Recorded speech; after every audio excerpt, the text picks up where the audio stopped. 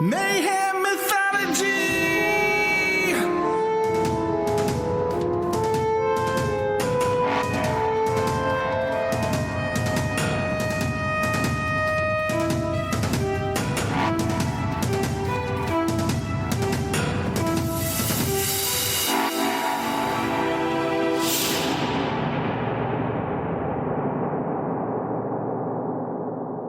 Hey guys, welcome back to another episode of Mayhem Mythology. As always, I am your co-host, Kayla Hill, with my...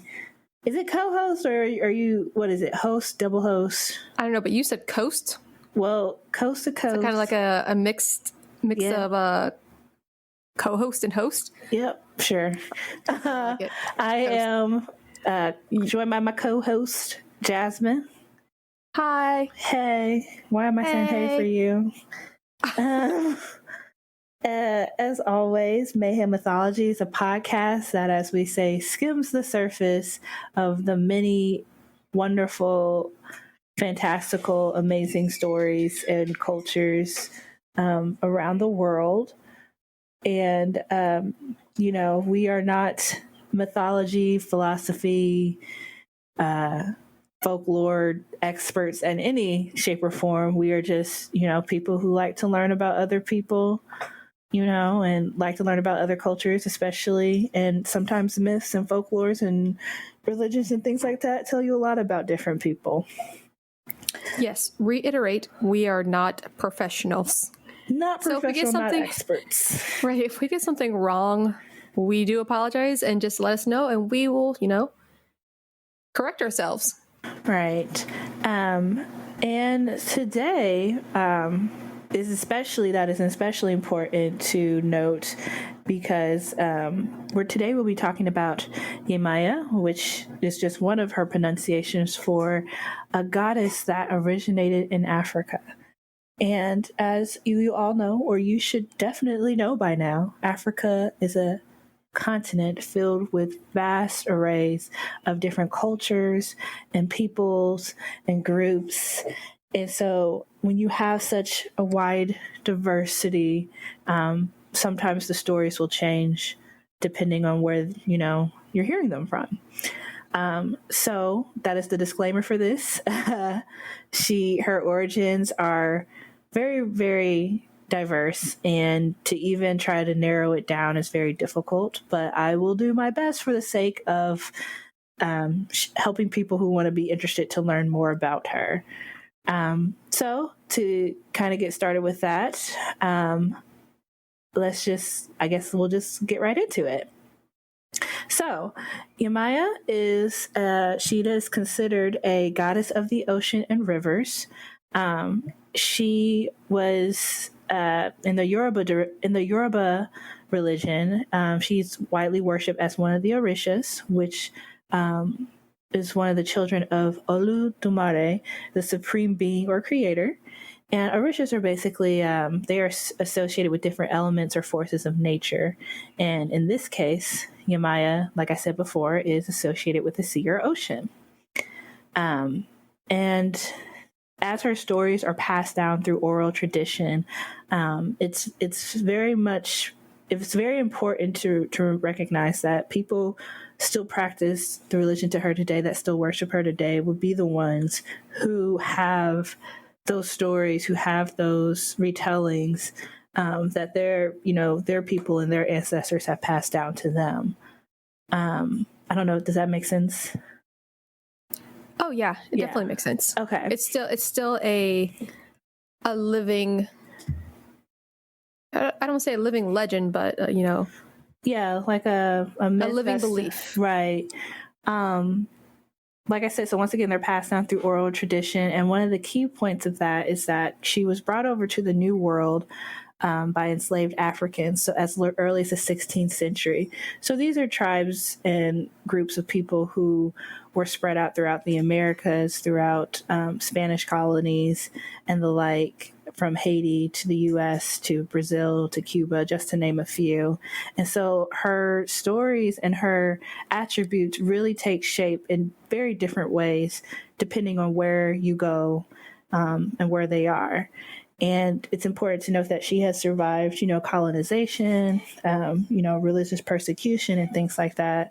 So that really tells to the strength of the stories of the Orishas. I'm hoping I pronounced that right. Just to, I guess, make a more pop culture reference. You said that she came on, the slave ships. It kind of reminds me of Anansi from American Gods. Yeah. Where, he was, very celebrated and, by the peoples in Africa. And he was very live and well with them on the ship and came to the New World.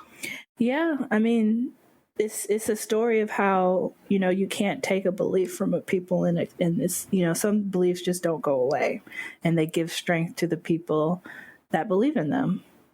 Right. Yeah. So according to the Yoruba traditions, she was a primordial spiritual entity who was, charged by, like I said before, Oludumare to assist the Orisha with the formation of humans in the creation of Earth. So essentially, when Earth was created, she had to come down with the other Orisha. I think it was 16 from the story that I found, and engaging. They had to help pretty much prep the world for human beings to take place. And a translation of her name is mothers whose children are the fish. And essentially what that is when her waters broke, it caused a great flood that created rivers and streams, and the first mortal humans were created from her womb. Wait, so did she begin pregnant? I guess. That's kind of one of the stories I heard. Essentially, because she's a water spirit, I guess. So when she gave birth, it birthed all the water in the world.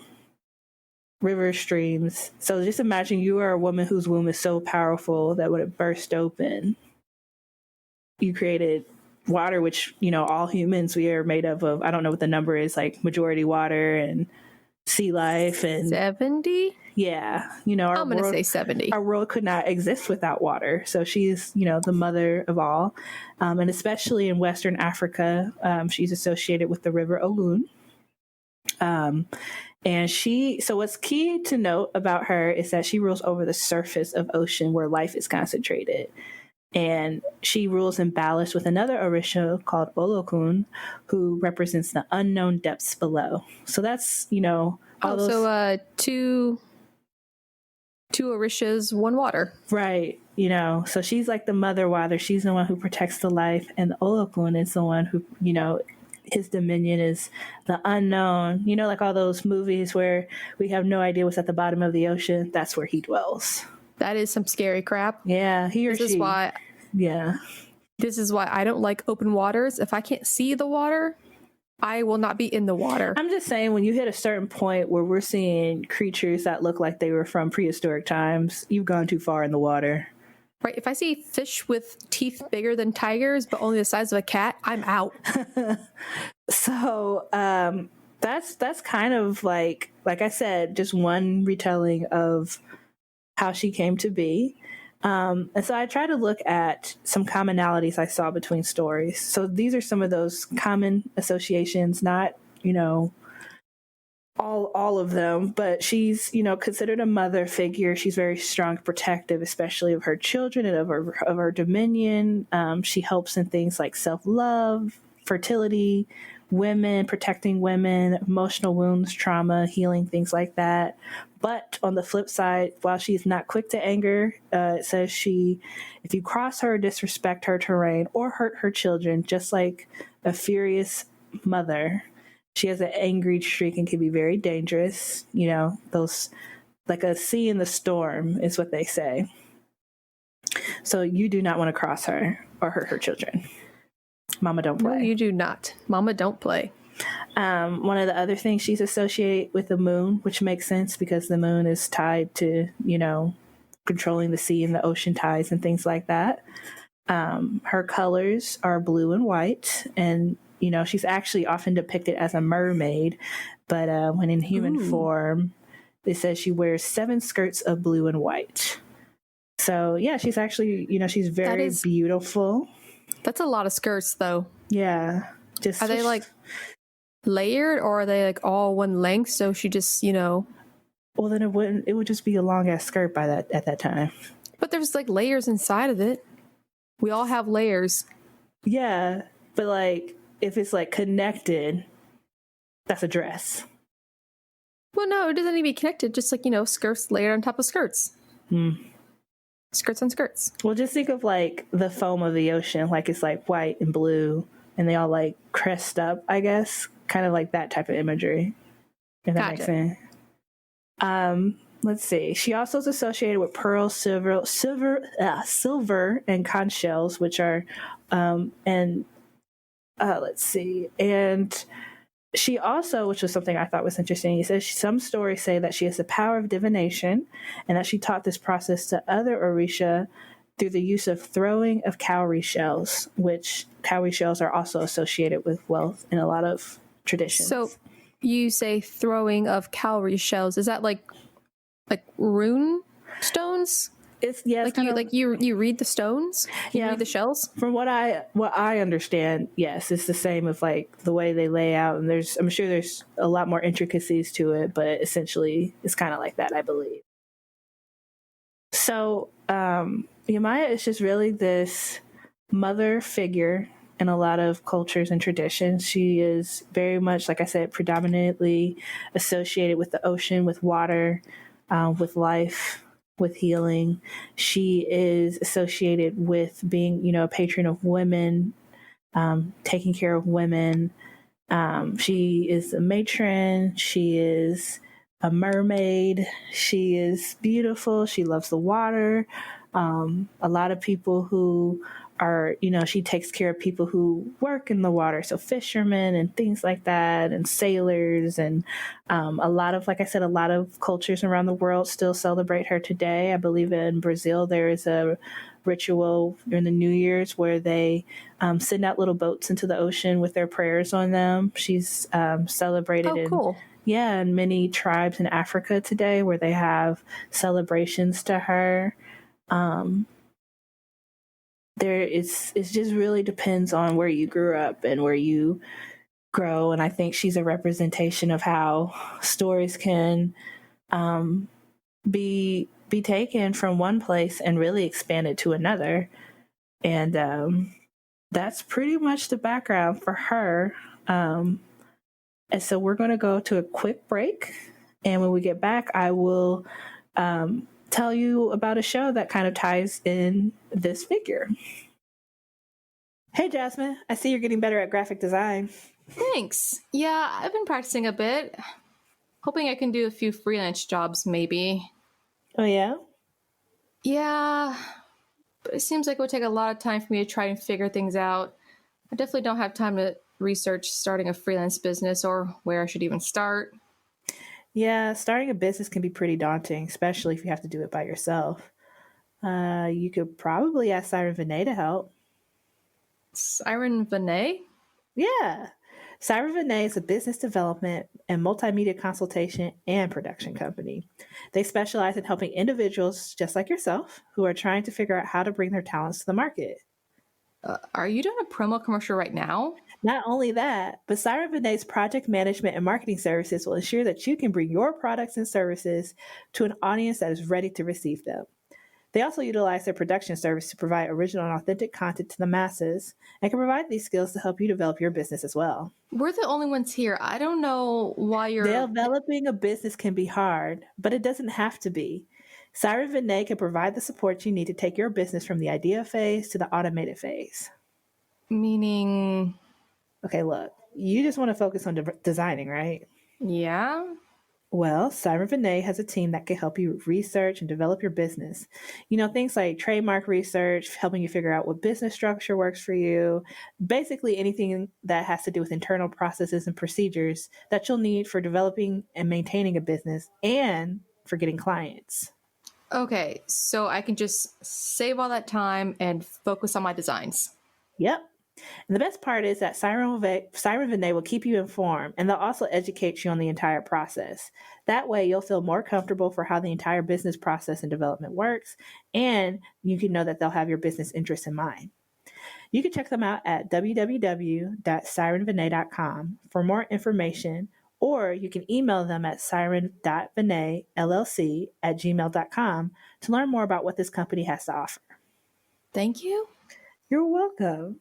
Just make sure to check out Siren Vinay, and the website is www.sirenvinay.com. That is SYRENVANEE. Okay, so welcome back. We are talking about Yemaya, the ocean goddess mother of Yoruba, Centauri, Ifa, and many other traditions around the world. And as I said before, because it's so diverse, that means there are so many retellings of this of this goddess and what she represents to people. But in current, pop culture and things like that, I do remember I was watching this show called Most Beautiful Thing or Coisa Mais Linda, which is a Brazilian original Netflix series, because I'm really trying to learn different languages, so I watched it all in Portuguese. But on Netflix, it's still out there. You guys can check it out if you want to. It's a drama that's set in the 1960s that talks about the story of Maria Luisa, a young woman from Sao Paulo, who, after being abandoned and robbed by her husband in Rio de Janeiro, decided to open up a bar with live music. Let me reiterate this. This woman moved to Rio de Janeiro and was expecting her husband to come with her, or to meet her, I think. It's been like a couple months since I've actually watched the show straight through.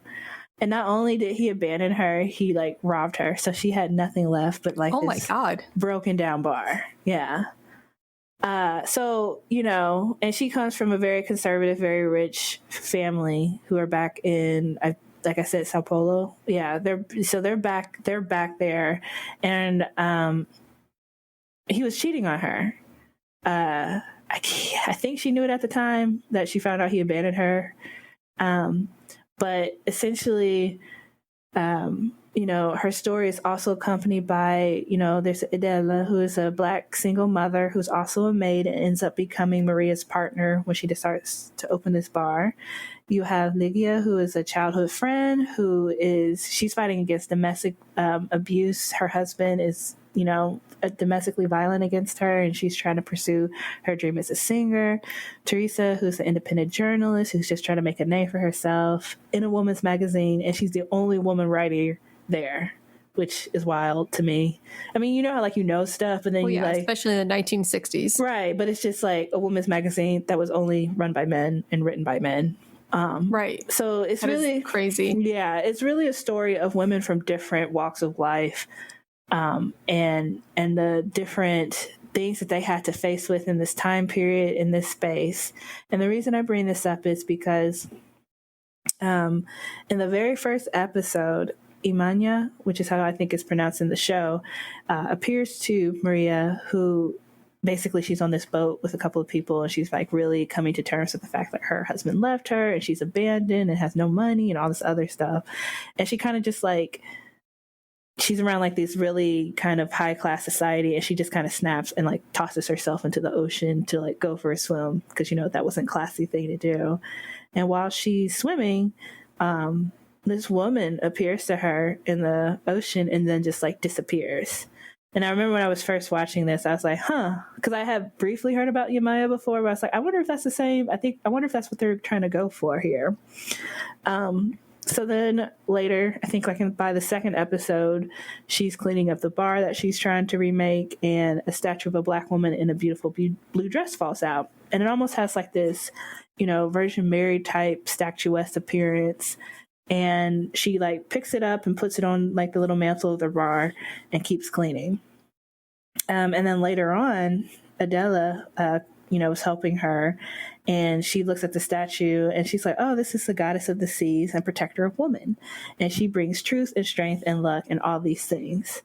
So I thought it was just very poignant that they, pulled her in for this show that's really about feminism and women trying to find their place in a world that is built against them and defying all these odds, through racial and class and social boundaries and things like that.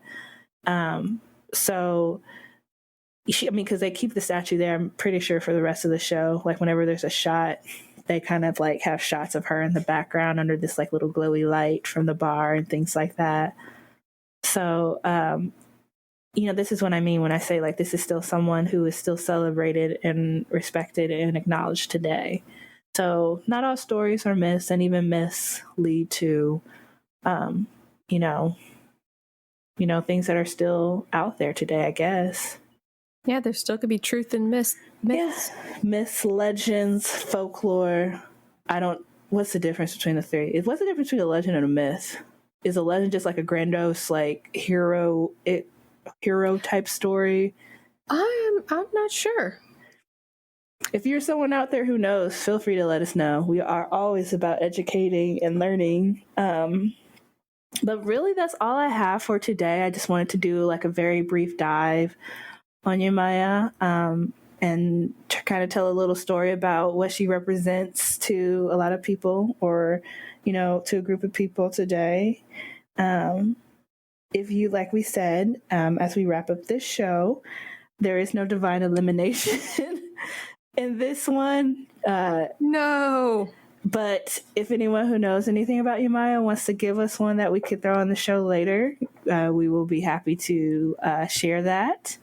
And as always, we are still working on getting our Instagram account and our contact info, so you guys can send in your legends or folklore, maybe your own retellings or stories that you think would be fun to share with other people, so we can really just connect through cultures and stories and figures. Well, that's it for this episode. Thanks for sticking in, like we said, from beginning to end. We know there are a multitude of podcasts you could be listening to right now. As you said, we'll have that social media info up if you guys want to check that out. And as always, if you guys have myths or legends or folklores or the like that you would like to share with us, we'll eventually start developing the show to have a reader section. So thanks for listening, and have a great day, guys. Bye.